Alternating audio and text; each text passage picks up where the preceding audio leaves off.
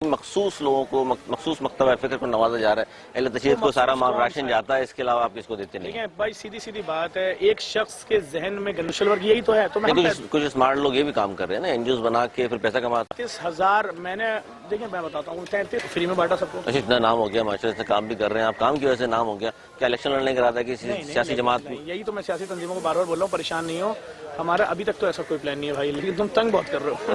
اچھا سیاسی جماعتیں کیوں تنگ کر رہی ہیں, وجہ کیا؟ وہ کہہ رہی ہیں جتنا ہم بانٹ رہے ہیں اتنا بانٹو, بس یہ سب ختم کرو. تو آپ ان پہ یہ تنقید کر رہے ہیں کہ وہ بہت کم بانٹ رہی ہیں, وہ چاہتی ہیں اتنا ہی آپ محدود رکھیں. جتنا ہم بانٹ رہے ہیں وہ اتنا بانٹو, بس. وہ کہہ رہے ہیں زیادہ اوپر کی باتیں نہیں کرو, نہ اوپر. ساری سیاسی جماعتیں کہہ رہی ہیں مخصوص ہیں کچھ بڑی سیاسی جماعت کراچی کی بڑی سیاسی, ظاہر ہے کراچی کی تو اس وقت MKM اور PTI ہے. اس نے اسی وقت نکلا, کونے میں کھڑے ہو کے ویڈیو بنائی اور اس کے اندر اس نے 2-4 مسالک کو لڑا دیا, کھڑے ہو کے اپنا کام کیا, چلا گیا. رات میں معلوم ہوا جی یہ تو فلانی سیاسی پارٹی کا میڈیا سیل چلاتے ہیں کورنگی کا, اور یہ مشہور زمانہ کرمنل ہیں.